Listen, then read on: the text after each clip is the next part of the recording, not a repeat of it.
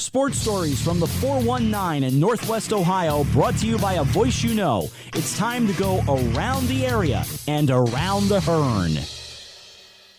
So the calendar might say that it is the middle of August, but we're getting ready for the start of the fall season to get into full gear with football and soccer and volleyball and cross country and also lacrosse in the area the last handful of years. But golf is already ready, and they are already on their way. And we'll talk to a trio of local golf coaches coming up here in just a couple of minutes, and the Minster girls head coach and Deb Ahrns, who are off to a flying start so far, won their first 3 matches.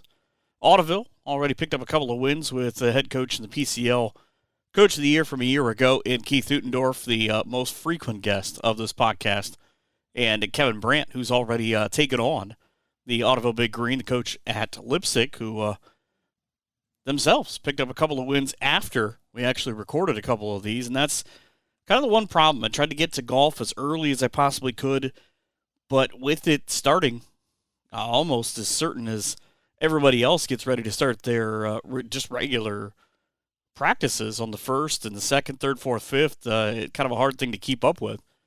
Last couple of days, Fort Loramie got a huge 4 under 68 at the Echo Hills Golf Course in Piqua, but fell a shot short to Rushi by 1. Adam Ballas broke the school record shooting that 4 under. Swanton girls beat Liberty Center. Kalida boys invitational at Moose Landing Country Club. You heard the 2 PCL coaches kind of talk about. It's Kalida, who ends up as the runner-up to Ottawa Hills. They tied with Napoleon. Coldwater a shot behind Bryan and Ottoville out of the top 5. Parker Judy from Lima Central Catholic ends up being the medalist with a 73 over Elias Carson Harmon and Connor Narker from Kalida. Other golf news that went on, Fort Loramie girls ended up winning the Invitational at the Elks Golf Course over Coldwater, Wapak, New Bremen, and Marion Local. Jordan Hemmelgarn, the medalist there, with an 85. Auglaize County Boys Invitational. It's been a busy couple of days. Minster took it by 25 shots over St. Mary's, who are just about as far away from Wapak in 3rd as you can get. Waynesville Goshen 4, New Bremen 5. Ray Purdy from Minster and his teammate Nathan Bier end up taking the top 2 spots, and Louis Magoto, the 81, was good enough for 3rd. Minster took 4 of the top 5 spots in that one. A big news out of the basketball world as a lot of graduate Dakota Mathias, who's been all over the map recently. Philadelphia 76ers on a 2-way contract last year, has got an Exhibit 10 deal with the Memphis Grizzlies. Hopefully that works out for him. I know he and X Simpson were both in Orlando and in Vegas doing the Summer League gig, and I hope that that works out well for them. 2 terrific young men. Girls tennis, I always forget. Girls tennis is on one side of the year, boys is on the other side of the year.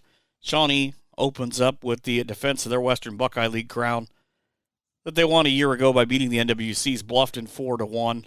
They took all the single spots in the first doubles. Just so much going on, and hopefully able to get to a lot of it. The Leipsic Vikings, by the way, this is the one I was looking for. After I talked to Kevin Brandt, got a win at Bluffton tonight. They are 2-0 in the Northwest Conference. Brevin Brandt, the first medalist of the year, he shot a 37 to knock out everybody. And then kind of going backwards, you'll hear Keith Utendorf talk about falling a little bit short to Adelphi St. John's in their matchup a couple of days ago. Not to surprise anybody, the Findlay golf team off to a good start, and as are the Findlay men, picked to win the Great Midwest AC title in the coaches poll. Came out a couple of days ago. They got 4 first-place votes of the 9. I have Tiffin and Ashland right behind them, and go see some more of the football. There is a lot of great talent on that team, and it's cool to see just exactly how well Findlay has been recruiting Ohio and how well that things have gone as well for the Oilers. Minster's Courtney Pranger, playing at Xavier University, named as a Big East Academic All-American. Haven't really done one of these shows since the news came out, but thanks to Tim Clark, who was the GM of the Lima Locos for a long time, and head coach Matt Ferturo for what they did with the Locos, who finished as the runners-up in the GLSCL this year. Talking golf. When we come back, 3 coaches on the way here on Around the Hearn. Lee Kinsel GM Sales and Service is much more than your home for the best prices on new and pre-owned vehicles. Lee Kinsel is your home for Accessory Avenue, 602 West Irvin Road, the best accessory shop in Northwest Ohio, featuring gator hide protective coatings. Your top choice for window tinting and ceramic coating for truck beds and trailers and other surfaces, even motorcycles. Accessory Avenue is also a WeatherTech Diamond dealer, Penske Truck Rental Center, and American Rental Center for cars and vans. And remember, Accessory Avenue at Lee Kinsel will work on all makes and models. Impressed? Well, what if I also told you Lee Kinsel is Taylor Auto Service, 231 South Walnut Street in Van Wert. Pre-owned vehicle specialists for over 70 years. Combine all that with the friendliest staff and impeccable service department, and there's nowhere else you need to go for all your vehicle needs. Find out more by stopping into Lee Kinsel GM Sales and Service, 650 West Irvin Road, Van Wert. Online at leekinsel.com or call 866-LEE-KINSEL. Working now with something I am absolutely terrible with, and I actually haven't done it in quite a while. Talking about golf in the Northwest Conference, already underway. And the head coach of the now second-year NWC members in the Leipsic Vikings, and Kevin Brandt. Does that still sound weird to you? Absolutely. Sure does. I mean, I haven't gotten used to it, and I've pretty much lived in the conference all my life. Yeah, I just was at Moose Landing today and had a guy ask me how the BBC was going to be this year. And I said, couldn't tell you. I had no clue. And the reaction was quite funny. But just kind of, yeah, that's right. Hard to get used to. And again, kind of an oddity. I mean, you guys have already kicked off the season of all of the fall sports. Everybody else has told me they wait and wait and wait for the calendar to turn to August 1st just to start practice. You guys look at it and go, yeah, that's cute and all, but let's hit the ground running.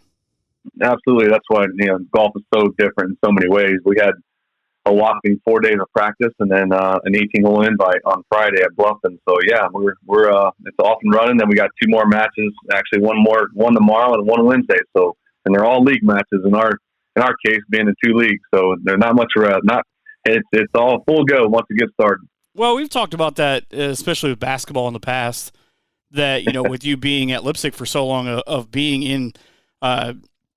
Being used to being in 2 leagues, what I was going for, that, every night is a league night. I mean, does that, it just kind of become an old thing to you where you just don't really think about it anymore? Or do you still, maybe the younger kids, when they come up, explain to them, there's no easy nights here? Yeah, we use it as I think it's a bonus. I think it's, I really use it as an advantage. I try to make it an advantage for us because you can't take any nights off. I mean, every match, obviously you're a competitor if you're playing sports usually, I hope. So, every match, you want to win every match no matter what you're doing, but there's just a little bit more on the line when it comes to league matches. And we're allowed 20 matches on the season by OHSA rules, and we have 3 non-league matches.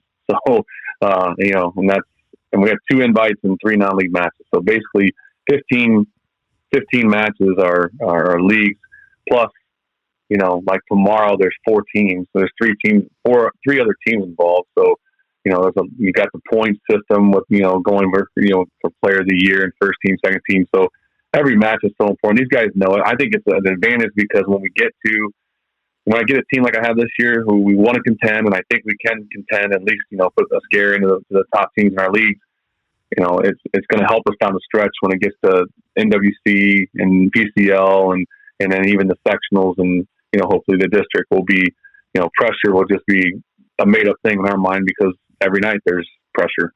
Now, with the Bluffton Golf Invitational, obviously Ottoville ends up winning. You guys finish second. The host in Bluffton go third. Does it help you? Because I know you'll see those teams a handful of times before you get to like the PCL end of the championship and the NWC title, or is it just it's so different because of the kids and the different courses? Does it even matter? Yeah, it does. It's a great starting point, measuring stick for us. To be honest with you, it was nice, being new in the league.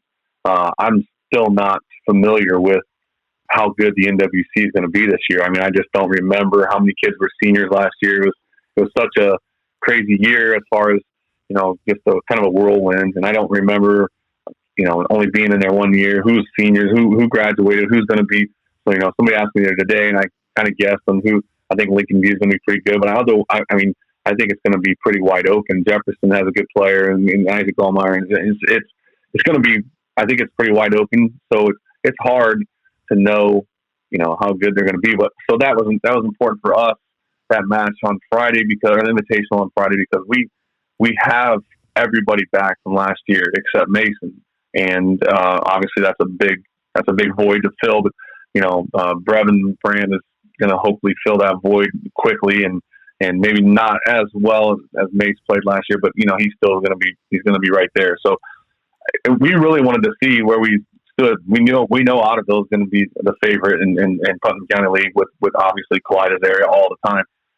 So we wanted to see how we stacked up. And last week in the first 4 days of practice, some of the numbers that we've been putting up have been really eye-popping to me. I knew that we could get better. I knew I had some kids that played a lot over the summer, and I mean, they really wowed me in the first few practices. But I've been around long enough to know that it's easy to shoot those scores in practice. Not easy, but it's a lot easier in those settings than it is in a league match or an invitational to do that when it's, per se, the lights are on and it's go time. So I was really interested to see what kind of score we'd shoot Friday and how we'd react, because, like I said, in practice last week, I was really surprised. I was blown away with some of the scores we were shooting, and it didn't quite pan out Friday the way we would hope it to. And my kids were really disappointed, which, as a coach, that's great. And that invitational is kind of like a practice round, really, and that's what Coach Prater at Bluffton said. We really wanted to be, kind of get your feet wet for some incoming new players, and get yourself ready for league matches this week. So it was a great invitational. Brad did a great job over there at Bluffton, and the golf course is in perfect shape. So it was a great day just for us to see where we stood, against Bluffton and against Ottoville. So obviously we got some work to do to improve and catch Ottoville. Well, 13 shots better than a Bluffton team that finished 2 spots better than you guys a year ago. But I was looking as you were talking at Allen East and Lincoln View on what they had on the league honors last year, and I do see quite a few of those Lincoln View kids coming back in Allen East as well. So that, that'll be interesting. I want to ask you too, though. It's an oddity that you're talking about how you have 20 meets and you have what, two-ish months? Yeah. That's it. That's exactly right. It's a fast and furious 2 months. It's awesome. I love it because it makes the beginning of the school year go really quick. Next thing you know, it's November. It's really kind of crazy. We're doing 2 to 3 matches a week once it gets started. So there's really, it flies by, and that's exactly what happens. It's a short, condensed period of time, and obviously we don't play on the weekends because you're dealing with businesses and they're running their business on the weekends with public play and outings and things. So it's hard to. There's not very many high school matches on the weekends, especially in the summer here. So it's all during the week, and yeah, for sure, it's condensed and fast and furious. I never really, to be honest, even thought about that until you said that, and I'm doing the math in my head of, okay, basically you have 60 days, you've got 20, you've still got the back end of is it going to be 100? Is it going to be unpredictable and storm? I mean, and that just to get to the playoffs, to start thinking about, hey, I hope Columbus is in good shape at the end of the season. There's a lot of factors that go into a golf season, especially the weather and course conditions and everything else. It's a unique sport in many different ways. I never realized again until I was doing some stuff for this that it must be a thing that basketball coaches must just gravitate towards being golf coaches, because Brett Hammonds is the coach of the year in the NWC last year, and there's that guy at Ottoville. There's you. Yeah. I mean, there's quite a few guys that, for whatever reason, is it just kind of you're hoping maybe you pick something up from the kids and you just want to hang out with them? Absolutely, we love being around the kids. Not you, because you're a good enough golfer, but other guys.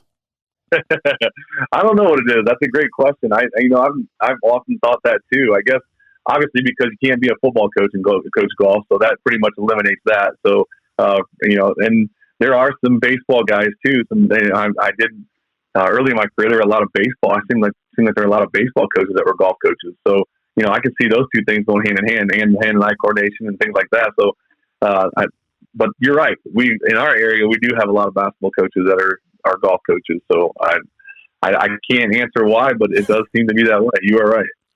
I like I said, I never thought about it before, but what do you do when you're in the off season? You have, traditionally basketball coaches with shootouts and stuff like that in the summer. No, right. Or you could do that, I guess, or you could just go coach golf. That's right. That's right. It makes it easier to explain to the wife. No, honey, I'm going out to learn. And it's also nice because you can tell those golf kids that play basketball, you better be at open gym because your golf coach allows that. That's okay. Right. You could kind of play that either way, though, too, because it'd be okay if you skip basketball if you get better at golf. You're right. And usually open gyms are later in the evening, so you can go to golf practice and go right to open gym. It's so nice how that works out. Right. Maybe that's what it is. Maybe all the golf/basketball coaches are just bullies. That could, especially Utendorf. Right. I mean, I can't say that. We'll get him canceled. He's got enough problems. But really a good start. I mean, you look, obviously, you've got a little bit more pride. We talked about it last year with your oldest son, now kind of working that from back to forward with Brevin. He shoots an 80, finishes third, just 3 shots off the lead. Pair of Ottoville kids in front of him. I'm sure he'd like to change that. Yeah, he was not happy. And like I said, there wasn't one player that I had on Friday that was – actually, I had one. I had one senior that broke 100, and he was pretty happy with his score. But other than that, I had a lot of unhappy kids. So unhappy that when we got back from the Invitational, that most of them decided to go to Pike Run and go practice and play on their own, which is music to a coach's ears. I mean, I didn't say anything. I think it was Brevin led. I think he kind of said, not happy, let's go play. Let's go to Pike Run and work. And a couple guys jumped on the ship and went out and played. So, I mean, obviously I was thrilled with that. But yeah, Brevin is definitely going to contend. He's obviously a freshman. So, you know what it is with freshmen. It's hard to be consistent at that age. And we'll just look for as much consistency as we can from him. He's ready for this. He's been waiting for this day for many, many years. I mean, he's been a part of our program, just being a manager and being around and practicing with the guys. And so he was so excited on Friday to play. And to be honest with you, his 80 was really, it was kind of a travesty because he hit the ball so well. He just could not make a putt. The putter went cold. He had a couple bad doubles, and he played the last 2 holes 3 over to shoot. I mean, if he plays the last 2 holes even par, he shoots a 77 as tied for the medalist. But he went bogey double in the last 2 holes and just didn't quite close it the way we wanted him to. So obviously that's learning experience. It's good experience. It's good to get knocked down a notch a little bit and make you want to work even harder. And he's working very hard at improving that. And I think it's pretty good for a freshman. But I thought it could have been a lot better, and so did he. He was pretty disappointed with an 80.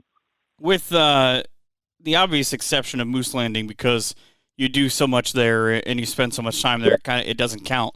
Do you have a course that's on the list? Bluffton, obviously, Pike Run, Douglas Country Club, Hickory Sticks, Colonial, Tamarack, that is on Leipsic's schedule that for you, it's either just the sweetest music when you personally play there, or it's just a nightmare because the course just isn't set up for you, or it's just one of those days? Yeah, I mean, obviously we love going to Moose Landing. I work there in the summer and work in the pro shop, and our staff out there does a great job. The greenskeepers and the superintendent, and I mean that course is always in great shape. And our kids do come out there quite a bit, and I'll bring them out. We'll practice, and Katie's been awesome in giving them discounts and things like that. And so Moose Landing we like to go to. I mean we're familiar with that. I would say it's a free advertisement. Yeah. I like those people. It's a free advertisement. But the Tamarack is probably one that we don't. I could say most of my players do not really like. That's one that I kind of hear some hee-hawing and grumbling when it's time to go to Tamarack. It's one that just doesn't. it doesn't fit their eye. It doesn't, and for whatever reason, they're not comfortable. It's not one that we've played a lot. I think, just in the year or two, we've started playing it. So I don't think most of them are familiar with it. It's that's not where one Spencerville is hosting, right? Yes, correct. So I think that's one that we kind of are a little bit weary of when we go to Tamarack. I played 32 holes there one day on the par 3 course, and it did not go well. Yeah, it's an older course, and the trees are really growing in, and it's sometimes the conditions are tough, so it's a tough place to play. That's always my question: who the hell would put a tree there? Yeah, I mean, every time I hit a ball, it's who would put a field or a tree there. I feel the same way. our golf styles are completely different, though, so that's a whole other thing. Right.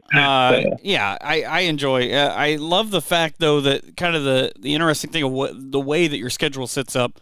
I was asking you about seeing teams a handful of times. You get Grove early on, where you guys have them towards the end of the month, or actually this week, as we tape this, and then you get them again at Moose Landing on the 30th at the end of the month, and it's kind of fascinating to me how the first time you play them is the NWC, second time's both leagues, and then you turn around and play them again the next day at Pike Run, and it's just NWC.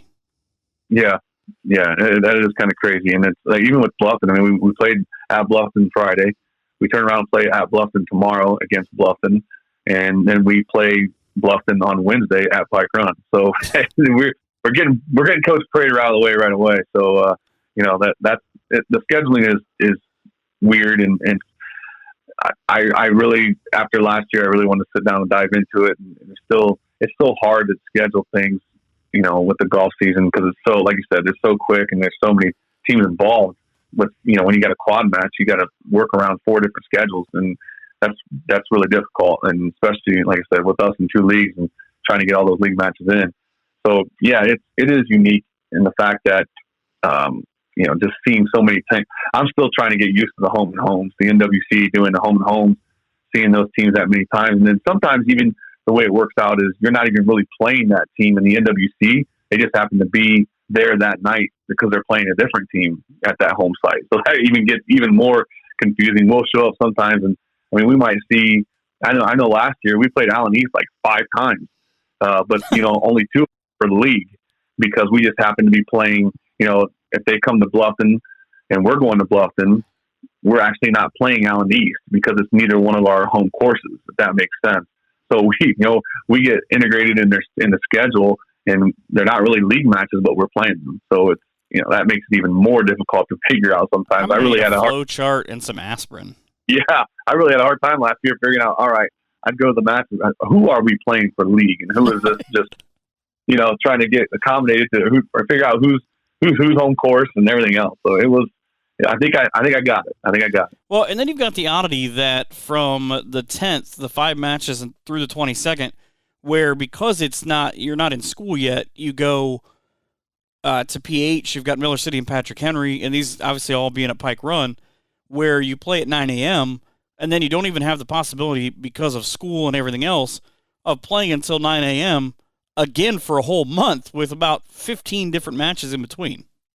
Absolutely, and that's something too. We try to get quite a few matches in before school, just because it's I don't like starting the school year. Obviously, being a teacher and our kids are going through the same thing. You're starting the school year, you're trying to get accommodated to your schedule to the new year, and the last thing you want to do is go to school at 8 o'clock in the morning and then not get home till 8 o'clock at night because you have golf matches, and that happens with this sport. So a long day, and we try to get a lot of matches in before school starts, so we're not piling it on them once the school year begins, and trying to make it easier that way too. Well, I wish you good luck with that, and just remembering who you're playing and when and where. Yeah, it's different, man. I tell our secretary at school, because we're constantly changing. There's always something that I just figured out last week that I somehow was double booked with Bluffton, and we had to we could play an invite, the PH invite, so we canceled the second Bluffton match because we didn't need it. We didn't need to go play them again. So, and I'm calling the secretary and we're getting bus routes changed and things like that. So it's challenging. And like I said, when you're working with a business, someone that's trying to make money for their business and run a business with high school teams involved, you got to see it from both ends. You got to see it from both sides. And luckily, I work at a pro shop, so I see their side of it and understand their side, but I also see the coaching side and trying to run a high school program. So it's difficult. It's definitely a unique sport when it comes to that, because there's so many different people involved in this sport. Well, if there haven't been enough good things said about Moose Landing, in about 30 seconds, you'll hear their commercial and you'll hear some more. I love it. Yeah, we're really excited though, Mike, about the season.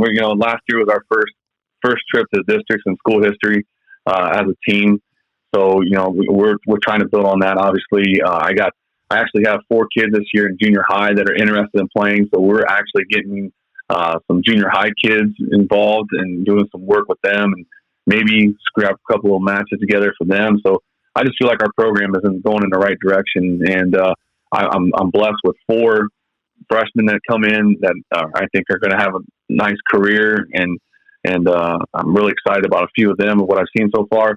I got 4 sophomores. So, a few years ago, I was worried about having a team. Like after my seniors, Luke Spores, Adam Lammers, and Blaine Trader, after they graduated, I was kind of worried after this year if we were going to have enough for a team. But then all of a sudden, I got 3 new sophomores come out this year, or not 2 new sophomores come out this year, and 4 freshmen. So that makes me real happy that the program's going in the right direction. And then I got junior high kids that are already interested. So I feel like our program is moving in the right direction, and we're really excited. We have some high expectations for the year. And I think I got really great seniors. Luke and Adam have been with me for the entire 4 years, and they've been contributors for the past 3. And Blaine Trader, another senior that's been with me the last 3 years. So I couldn't be happier with my team, and I think they have a great work ethic as shown by Friday, wanting to go out and work after the invitational was over. So, just really, really excited and trying to keep them even keeled, because I think they were really excited Friday, maybe expecting a little bit too much from themselves and put a little pressure on themselves. So we got to figure that out, the right mindset to carry on to make this a competitive season. Well, when you start your competitive putt-putt team, let me know. Hey, man, anytime. We're actually going that might be the only place I can shine. Now, you can come with us Friday. We always go every year. We go to Shady Grove over in Finley, the par 3 course. We go over there and play. It's great for our short game. It's fun. The kids love it. It's a fun day, but it's really, it's really beneficial to our games in working on the short irons and things like that. So you can join us at the par 3. You can tell somebody, you shot 70, Right. 70, go over there 72. Just tell somebody you shot 72. That's really not a great score. Right. Par 3. People don't need to know you played the par 3 course. Facts are only what you make of them. I'm going to take my daughter and she can drive the cart. That's awesome. That works too. Why not? All right. That's right. Good Lord. Well, good luck to you. Thanks, man. I appreciate it, and I always appreciate what you do for high school sports in the area. You're one of the best, and I love hearing you and love having you around and love seeing the job that you do, man. That's Kevin Brandt talking about Leipsic Golf. Moose Landing's coming up next. Trust me. You might not see a moose at Moose Landing Country Club, but you will find fantastic food, drinks, and golf. Check out the new spring menu at their 4-1 Tavern. Kids eat free Mondays and Tuesdays with the purchase of an adult entree, and veterans enjoy pro shop and golf discounts. Moose Landing Country Club also has state-of-the-art indoor simulators, and you can book simulator and tee times online. Moose Landing Country Club, 3 miles north of Kalida at 115 and 694. Spring rates end June 1st, and if you do see a moose, maybe let him play through. Back by apparently completely popular demand, the head golf coach at Ottoville and the most frequent guest of this podcast, and Keith Utendorf. Congratulations, I guess. Every time we just put one more on the ledger. There's no place I'd rather be is just talking with you, talking some shop, I mean, your check's in the mail. It's actually been, I think, like 10 episodes since you've been on here, so I guess that's something a little different. It's been a while. It has. And yet it doesn't feel like it was that long, because as we sit, you guys have already started your golf season. We're getting ready for the start of the new school season, and it feels like we were just doing a basketball preview not that long ago. it does feel like we've chatted too many times probably in between there on our own. Based on who's keeping track, our wives? That's true. Yeah. Yes. But yes, it has been a little bit, but it feels like yesterday we were starting basketball season and ending that campaign and another one beginning. And here it is, August 8th or 9th, whatever it is. And we're already underway. So, well, and that's the oddity of I had kind of come up with this of wanting to have different coaches for the fall on in different sports, and golf is kind of the hardest because I asked Kevin Brandt about this in one of the episodes that ran before, I guess in the interviews that ran before, and he even said you wait and you wait and you wait until August 1st, and then you just go full bore because you've got basically 60 days to get 18, 19, 20 meets done. Yeah, for sure. And, you do have to kind of wait. And a lot of coaches around the area do some different things just to kind of keep the kids' interest and to try to get a little bit of involvement as the season kind of creeps closer. But, all of a sudden, once August 1st hits, you got about 3 or 4 practices, and most people are playing matches or invitationals, and here we go. I think for us, we played on Friday an 18-hole invitational. Monday we went for the Delphus Tee-Off Classic, as we normally do, and we'll play another 18 holes again on Tuesday, another 18 holes again on Wednesday, hopefully, as long as weather holds out this week. And then we've got a big PCL match on Friday. So, almost a quarter of our season is honestly in the next 5 days. So it's kind of a unique situation with golf always. You got to try to play, figure out what you're good at, or maybe some things to improve on in the first 2 weeks of the season in competitive situations, unfortunately. But then you get a little bit of a rest once school starts. You can actually practice and breathe. And then usually the PCL matches or your league matches come up, and you hopefully make those improvements and continue to press forward towards the end of the year. Well, but with that Bluffton last week, you guys came out pretty well. I mean, you won by a pretty good amount. You had the top 2 finishers. You've got Leipsic, who you'll see a handful of times behind you. You've got Bluffton in third. Is it just kind of the boys playing all summer by themselves and kind of getting things ready? I mean, because it's not that long of a time between when you leave after baseball season to the start of golf season that they can, you can just go out and do it whatever. Yeah, a lot of our kids, I talk a lot about our kids, and I'm pretty proud of where I get a coach and the kids that I get a coach. But our kids are starting to play in May.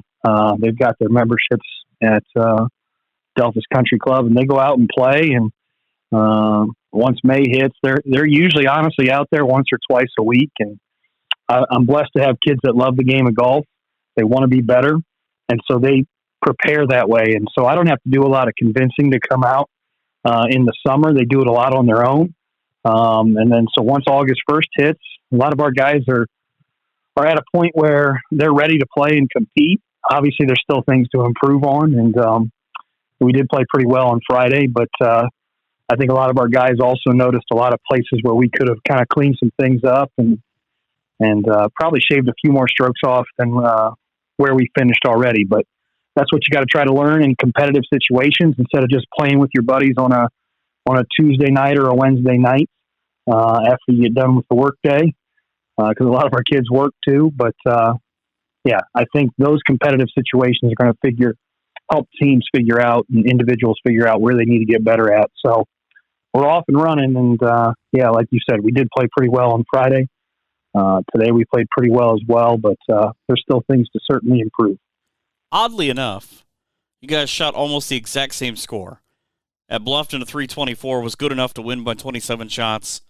Unfortunately, at Delphus Country Club, St. John's, shoots a 315, you get a 326. That's odd, though, to have almost the exact... I mean, 2 courses who I think are pretty different, and you shoot almost the exact same thing as a team. Yeah, and obviously, I think a lot of our kids probably feel like we didn't play as well today just because it is our home course. But I think if you can play as well on somebody else's course as your own, I think you're in a really good situation. So for our kids to be able to transfer from one course to the next, and then back home, and then hopefully tomorrow we play a place that honestly a lot of our kids probably haven't been at with Colonial Hills for their invitational.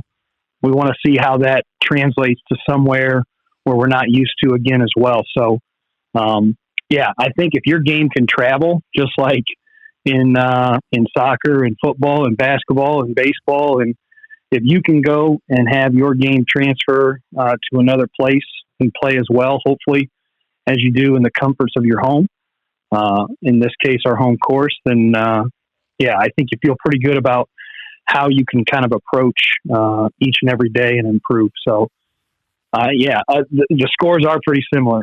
We'd like to have a few of them back, but obviously we're pretty proud of how we started too.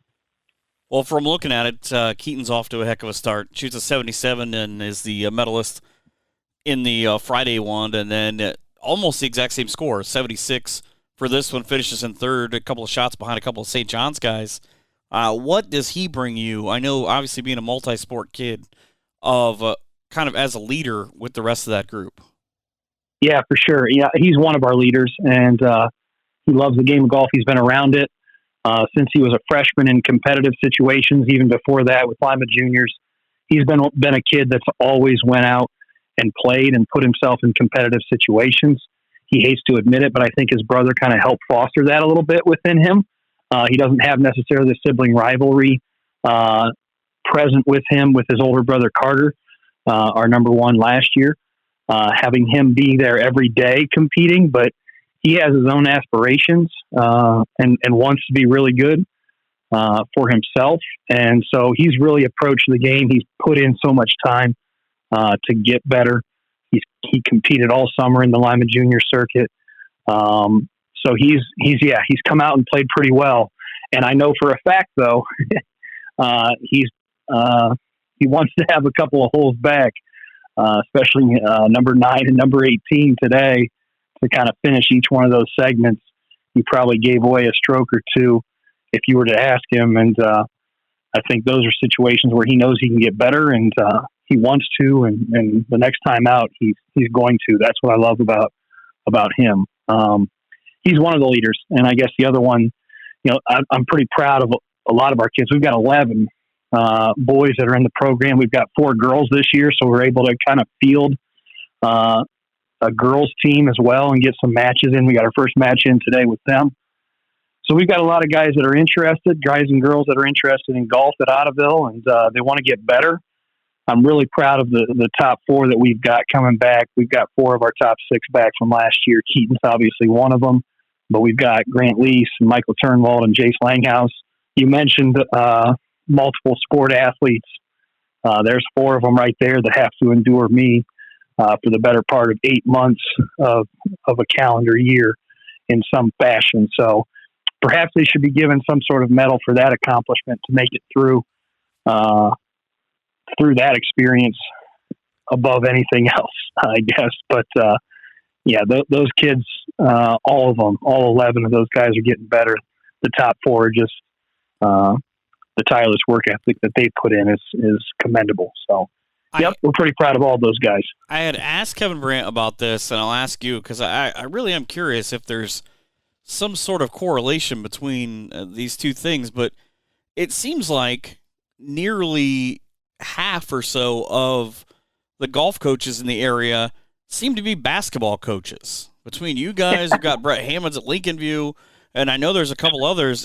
I mean, you guys just looking for something else to do before basketball season? It's something to get the competitive juices going, I guess.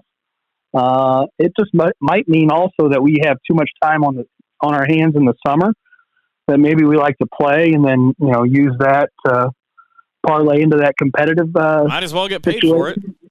Exactly. I can promise it's not much, but I assume you're pretty much just breaking even.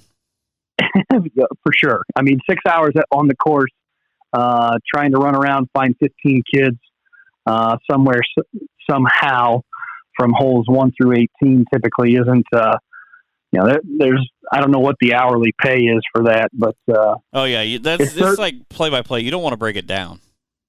No, we won't want to calculate all that stuff. I'm not a math person, so I've heard that.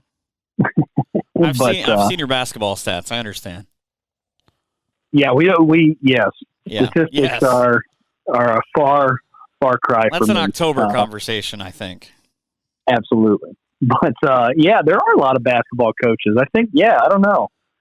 I don't know what it is. I was told for a while it was baseball coaches, and then all of a sudden it just kind of became one of those weird things where the basketball coaches all took them over. I don't know what the deal is. I've always been told that when the golf position comes open, you make sure you go and grab it if you can. And I was able to learn under and help out Jim Brown, our previous golf coach, and he was obviously a tremendous coach and had been doing it for 20 plus years. And so he had the experience to garner and gain from. So when that came open, it's like, yeah, I better. It's a perfect gig. It's a perfect gig for me because it does make me have some patience. Some people have accused me in other sporting situations to maybe not have that patience level. So for me out on the golf course, it's a little exercise in some mental health and mental stability and patience, which I've been told by my wife is something that I could definitely improve with even yet. So I guess it's a help. Just do it with mine. I just remind her you married me. Exactly. That's not really my fault. Yeah, we just celebrated 11 years just the other day too, and I think for her it was much longer, but I guess I digress. Right. It's the old. How long has this been? I have 12 coming up in a little bit, so I feel your pain, or she feels your pain. Well, she feels my wife's pain. I guess depending on however you want to look at it. It really is, though. I mean, you guys are primed for a big season with having a lot of those multi-sport kids that have been successful in the last couple of years where they're kind of able to parlay that over. They understand how the hard work is. Is there a course? I know, there's a lot of golf, one shot at a time and all the coach speak, but that you kind of look at on your schedule and go, okay, now I know maybe we're going to have to try to get an extra practice round somewhere or try to get ready for that place. Yeah, I think obviously we don't know the sectional situations yet. It's very likely that things will be very similar to last year from what we've been told or at least hinted at. So obviously you always want to have some experiences on some of the places you're going to have to go play as a group. To advance, especially in the tournament. It's just like any other sport. You want to see if you can get there. And obviously golf affords itself the opportunity to go play courses that you may see later on. So it's one distinct advantage. So yeah, I think obviously Pike Run, which is very nice for me. It's in my hometown. It's where I live. It's probably where I golf the most, if it's not at Delphus Country Club with our kids. So Pike Run is obviously one of them that we think, obviously this year it's going to be the PCL site. And then presumably it'll probably be the sectional site. So that's one. And then obviously our kids, they know, Stone Ridge in Bowling Green is always typically, and I hope it stays that way, because one, our kids love it, and two, the course and the people that run those different tournaments and operate that facility do a first-class job. And so our kids have loved Stone Ridge. And honestly, we've played well there, partly because I think our kids like it and it fits them. Obviously, we're going to do a lot of situations where we try to get up there and get some practice rounds in. The kids have been up there in the summer just casually on their own, too. I think if you can take those opportunities, those are places where you want to get to. Our kids have a lot of goals and aspirations. And I think they've done the work and put in the time. One of the things that's probably driving them is probably how we finished the year last year, which was really positively with a trip to Columbus. But in the same sense, I know our kids were kind of disappointed having gone in there with some expectations to compete with maybe how we finished. And I think that's part of the reason why our kids have been so active and so driven in the off season to get better and to use the opportunities on their own to improve themselves. And then as a team, now that we've come back together, now use those individual improvements for a greater whole. So, yeah, those are the courses that we see, and that's kind of how we approach it. And our kids have approached it in the off season. So we're just excited to kind of keep moving through the season and use those opportunities to hopefully get to the end goal. You have 6 meets before school starts that are 9 a.m. or right around that time. A couple of those courses you see again where it's later in the day, it's 4:30. Does it change kind of how you or maybe the kids kind of game plan for those courses where, you know that maybe it'll be a little more dewy in the morning or the greens will be softer or the fairway will play different than when you go there sort of later in the season into September? A little bit. I think you always have to be able to adapt to the conditions, whether it be in the morning. A lot of our 9 a.m. ones this week are 18-hole things. So by the time it's 11 o'clock, things are running and rolling pretty good anyway. So you have to sometimes adapt within the round to figure those things out. You've got to adapt to the different weather situations. That's one thing that fall sports and every fall sport, with the exception of maybe volleyball, obviously, have conditions to take into account in order to perform at their highest level. So I think you're constantly adapting. The other thing that's when we start to get into those 4:30 time slots, that means that our kids are at school. So I think we've got to adapt to how their individual days go, whether they got homework or not, whether they got a big test or not the next day. And sometimes the external factors are as much of a precursor or an impact onto how our kids kind of approach the day for that day and their ability to kind of focus in and do what they're expected to do. So, yeah, I think at times, but I think you have to be nimble, whether it be a 9 a.m. start or 4:30 start. The course was really pretty soggy this morning out at Delphus with the rain that we got as an example. But by the time 11 o'clock or noon came out, it kind of returned back to a pretty slick and fast course to try to navigate. So, yeah, those are the examples of just having to navigate. And I think you have to do it sometimes within the round from start to finish in order to compete. So, well, if you ever find a course that will give me a cart, a small generator, and just let me roam around, I'll figure out a way to maybe call some holes. Oh, it'd be good. Now I'm going to tell you, there'd be a lot of entertaining holes. I really wish you could have been there last year when you referenced Keaton Schnipke, right? Yep. There was a cat that was walking across the 18th green, and he decided to pick him up while he was kind of lining up his putt. And you're not supposed to talk to him on the green. You're not supposed to provide any coaching.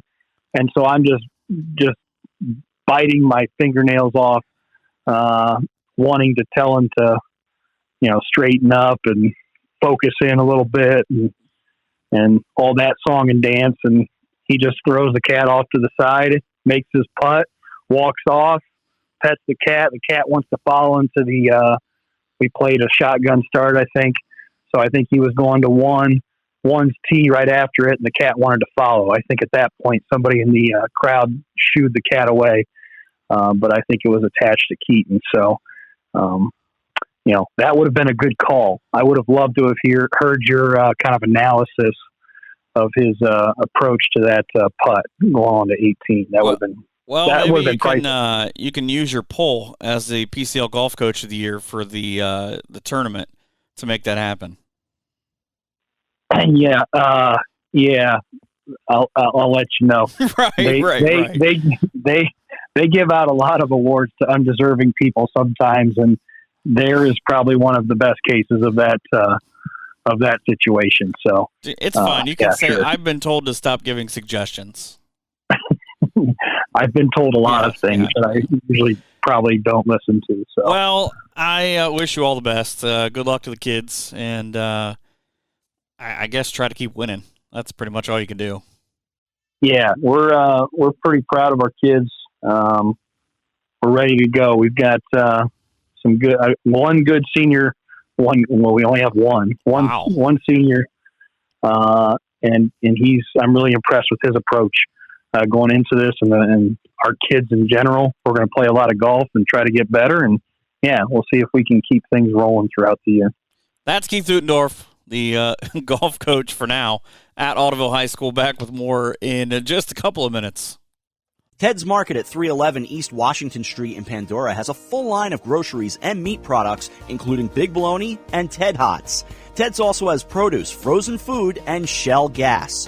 While you're there, stop in and get your favorite beverage, as well as snacks and chips. Ted's also caters. Give him a call at 419-384-3407.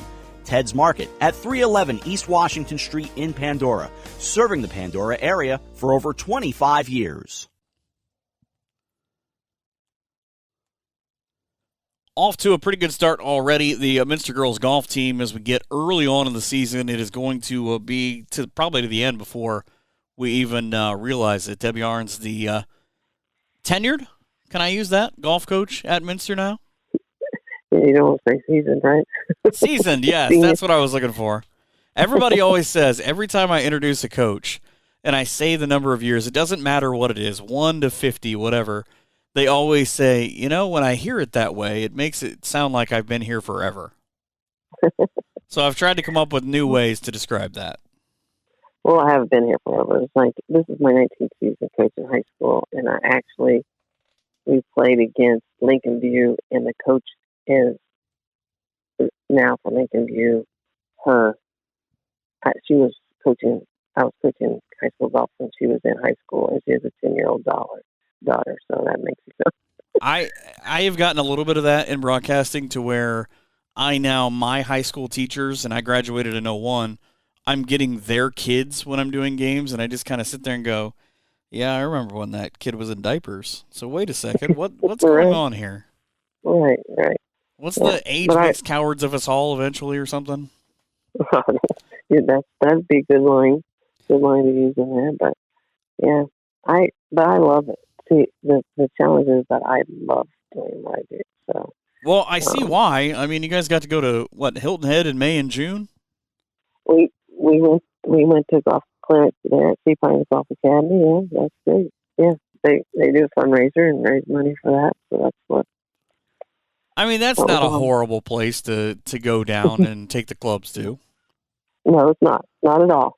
Let's we'll do it again too. Kind of for you I guess I have a work thing. I've got to go to Hilton Head. Right.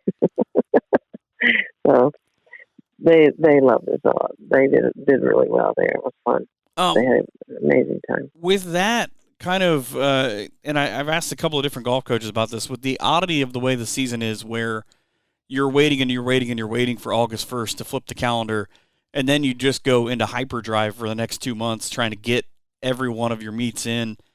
How important are those trips, and how much is it, not even just from a golf perspective of, you're going to play all through the summer, but you got to play together in that group, of building that camaraderie for your team? Well, I think, especially like I said, with girls, it's essential to get them motivated to get started early. Like we were sharing before, boys, I think, go out and just go on autopilot. They'll play by themselves. Well, girls kind of tend, in my experience, want that motivation factor, that support of each other. But then that builds the momentum going into the season. They say, oh, now we've got this and that. They got all these compliments from other people. And then I think it reinforces that I was right too. Like what they've already learned was just reinforced there, just in a different way. And I always think it's always good to have a third eye looking at what's going on. And so they took that, they videotaped them, and the before and after, made some corrections, and they really took advantage of that. And then we played. We didn't just go to golf camp. We played golf down there on every course that we could do. I would just walk onto a course and just see what happens. But I get thrown off a lot of courses for being not good, so that's a whole other thing. I just ask every golf course, can you teach me to golf? They just say we don't have that kind of time. Please try the putt-putt course down the street. Thanks. There you go. But, I mean, it's obviously worked out because you guys are off to a good start already. You had a good win over what will probably be a very good Fort Loramie team on the 5th, and then right back in action today, you beat up Wapak, and you get a young lady at the top of that nearly ended up breaking her way into the 30s. Right. And I think she will, as will Katie. Katie will do the same. Now, being around and kind of watching the girls go through their practices, go through the early part of the season, the way the season goes last year, you guys sit up near the top of the MAC for a good portion of the year, kind of the way that wheel works out. Can you see where maybe a girl's having a bad round early to where she sort of kind of hits that light or that bulb goes on and she figures it out and goes on a run? Oh, I think that we found that with Ashley, because she was in the top and she was in a rut, and I think she flipped out of that and decided what she needed to work on, and we saw that with a post in the 40 today, and that she'll capitalize on that. From moving forward, that'll just get better. And what I do is they have to start how they finish. So maybe after tryouts, the person at the top was Katie Heitkamp, and then it was Ashley. Then it was, Ashley. I have a lot of A's, so you have to give me credit for that one. Then it was Ashlyn Holman, then Ashley Meyer. That was how the top 3 fell out. But after the first match, I have you start how you finish. So if you posted like in that case, if Katie was number 1, then Ashley and Ashlyn were tied, and all I do is use a scorecard playoff and let that score on the hardest hole, and that's who is 1 and 2 then the next time. Because my position is you put yourself there, you get you want to stay there, and then you figure out how to keep it. So let's say your putting was off, or you had penalty strokes, or had challenges in the bunker, then work on that. Come back to the golf course, and work on that and put yourself back up there if you want to stay in that position. But that's exactly what happened. So like when we play on Thursday at Colonial, then Ashley will start in the number 1 seed, and Katie will be number 2, Ashley number 3, and Star, and so on. That's I was looking at the district at Salina last year, and I just started thinking, man, Ashley ends up finishing 9th. She shoots at 92. You guys finished in 4th as a team. Just missed that cut with Fort Recovery, a couple of shots ahead. But talking about heavy hitters in front, I mean, Coldwater has 3 girls, and then Ellen Nallman from St. Henry, Jalen Bruns for what she does from Fort Recovery. That's that odd thing, though, for me as I look at golf of, yes, we're playing them, but we're kind of playing the course or ourselves more. Is that fair? Right, and you should always play against your last score. It doesn't matter. You're playing against the course, but you're playing against your last score you had there. So every time you go to Arrowhead, you're playing against the last score. So I actually tell them, put in what the score is. Like I'll use Ashley again. Arrowhead 36, Ashley 40. Okay, so Arrowhead still won, but Ashley got a lot closer than she did last week when she shot a 46, or earlier in the week when she shot a 46. So she's always playing against her last score, and relative to the course you're playing, and so that's what you have to do. Yes, you're playing against an individual like you shared, but you're playing against the course. The course is set up, and each time it's different. And I tell people that because I get some people will say golf looks so simple. Well, the ball's not moving. Right. That's true. But each time you go to the golf course, the elements change. No golf course. See, and I think golfers don't get as much credit as they maybe they need to be, because every basketball court is regulation inside. Every volleyball court is regulation inside.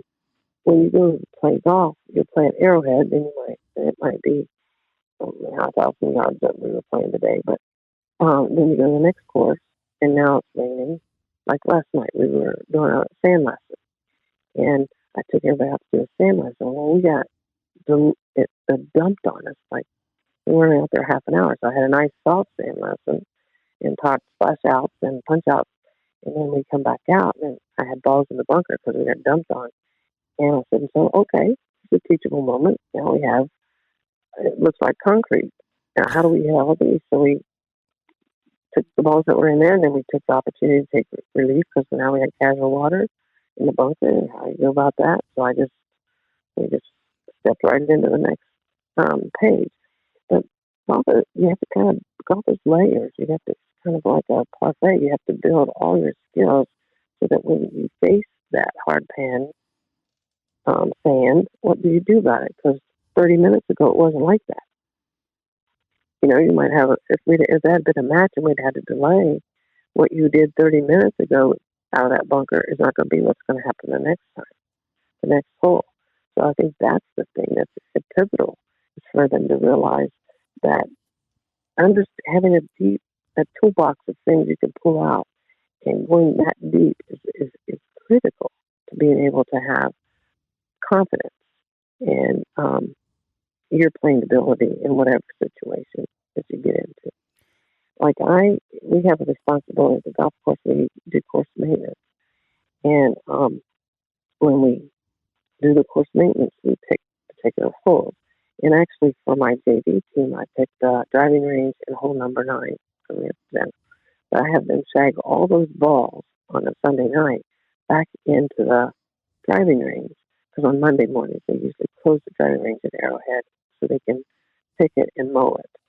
And so we shag all the balls that people had sliced or hooked on either side of the Sorry driving about that. What's that? Sorry about all those balls. Yeah, yeah. Did you put all of them on there? Probably. I don't think so. Yeah, but so they shagged them back in.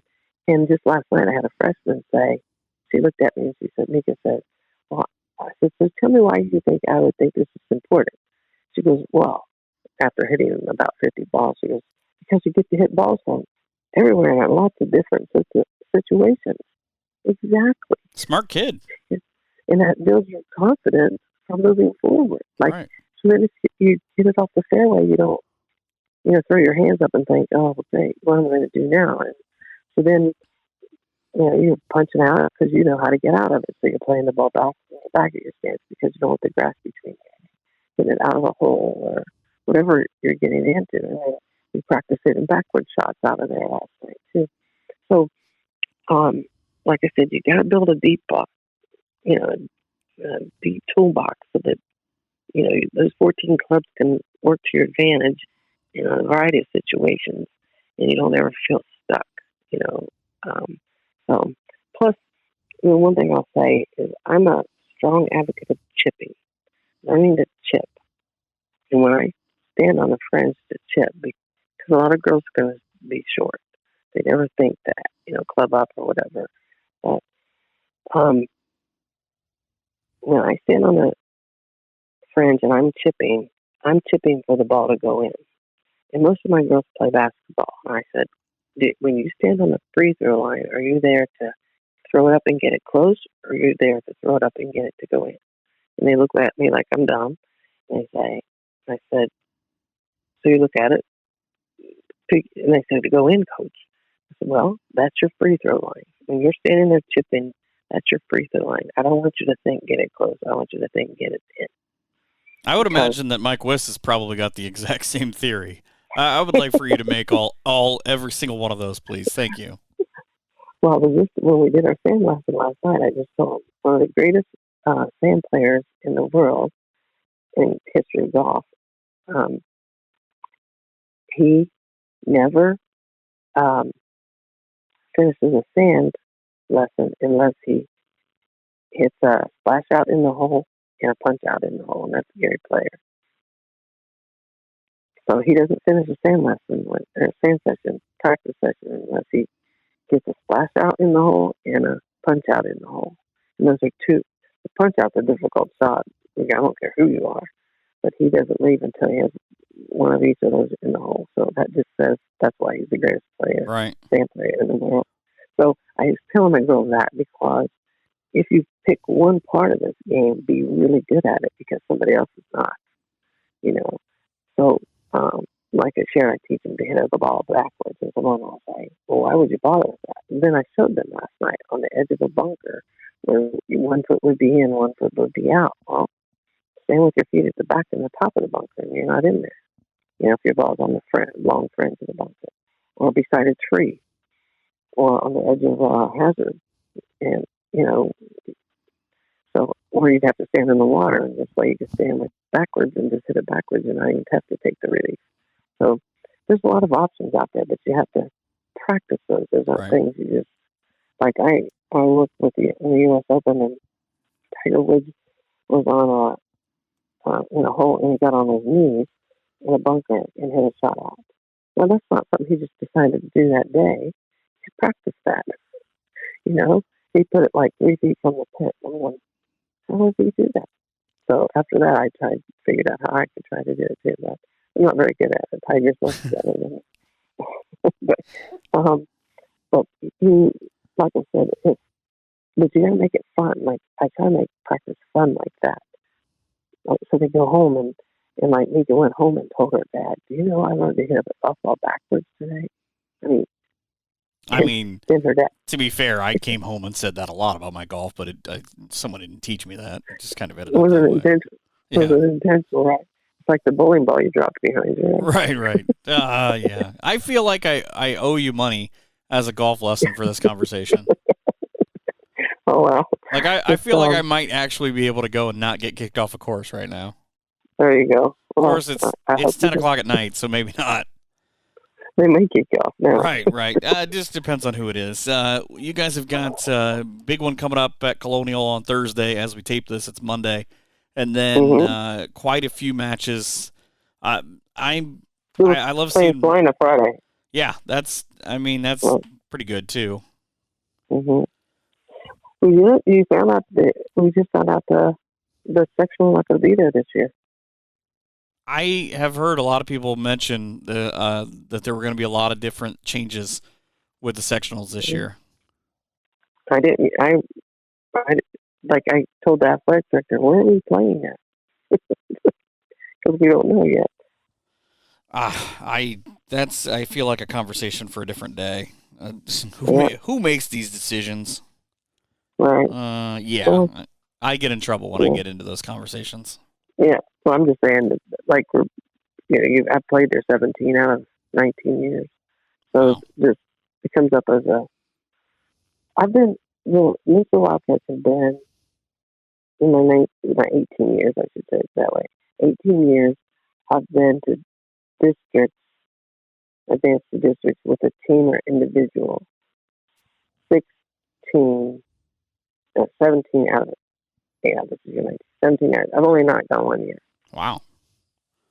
Either with a full team or an individual, or sometimes two individuals. Like I said, they went out as 1 and 2.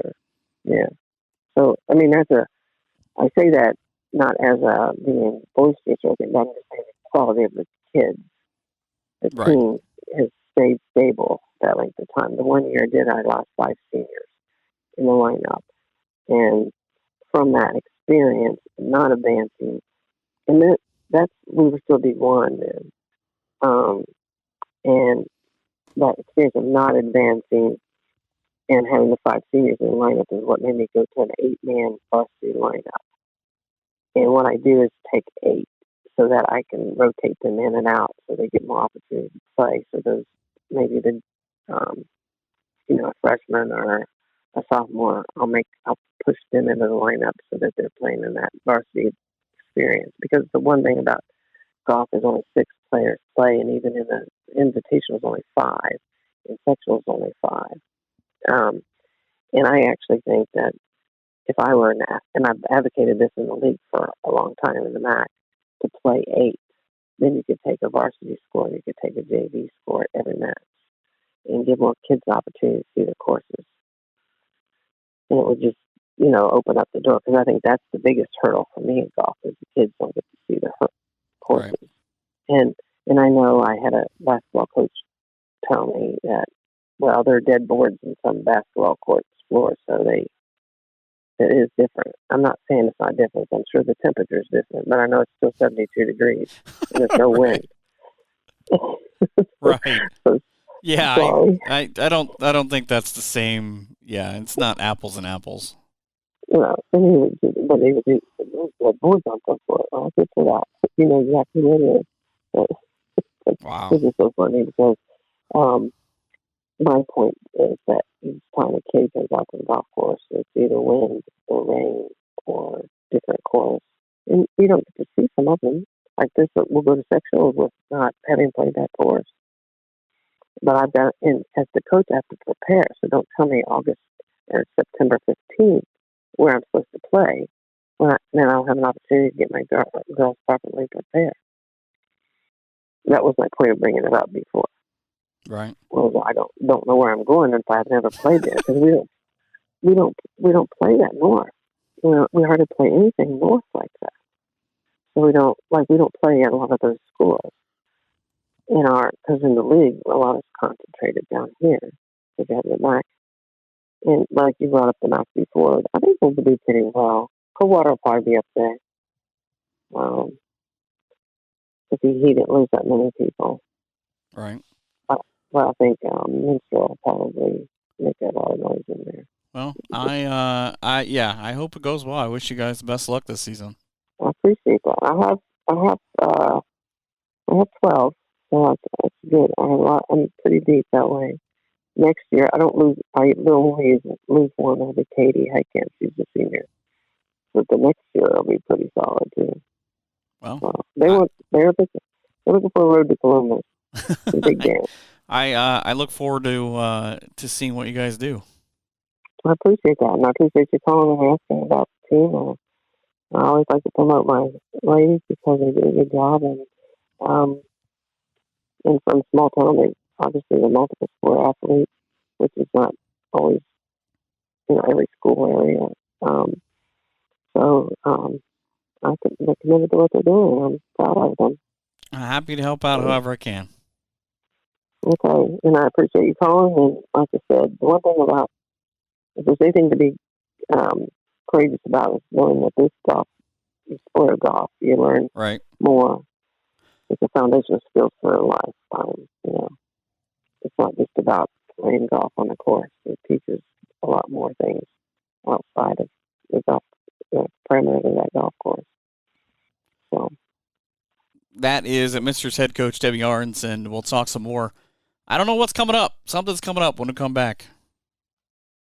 Are you in Spencerville and looking for a place to eat before the Bearcats play? Well then, head to my place, 128 North Broadway, for deep-fried mushrooms, chili cheese fries, the best pie around, and soup of the day. If you're in a hurry and just want to order some to go, you can give Doug and his staff a call at 419-647-4062, and they'll have it ready for you. My Place Restaurant at 128 North Broadway in Spencerville, a proud supporter of Bearcat Athletics. And if you get in there, get the cheese sticks. That's one of my go-tos, the grilled chicken and cheese sticks. That's my current special. They'd probably just look at you and say, really, you too?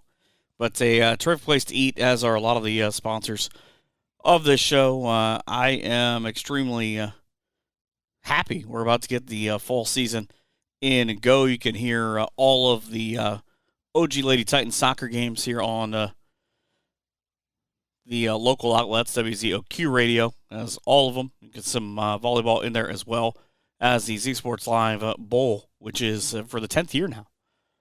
Communities of Columbus Grove and Pandora Gamboa come together and help out. Shout out to Ted's in Pandora, not only for Ted Fest coming up next weekend, but also for what they do to help us put on and get back to the schools. You got the Bearcats in about 25 or so games between football and some soccer on both sides that will be on Z Sports 3, and some volleyball as well. A lot of cool matchups. I hope to have some soccer, and I be honest with you, I picked a lot of games closer to my house this year. So a lot of things going on, but it starts next week for everybody not playing golf. I hope to have a couple of podcasts next week with some football coaches before I've got St. Mary's in London in week number 1. Maybe Bo Fry will be nice enough to be on the show. And some soccer coaches next week. I already got those in the can. We'll talk about Ottoville and Ottoville-Glandorf, as well as the Kenton boys with all of their respective coaches. So maybe 2 episodes next week. We'll see how that comes about Thank you so much for listening. Get out and enjoy last couple of days before the fall, and then get out and support your local athletes.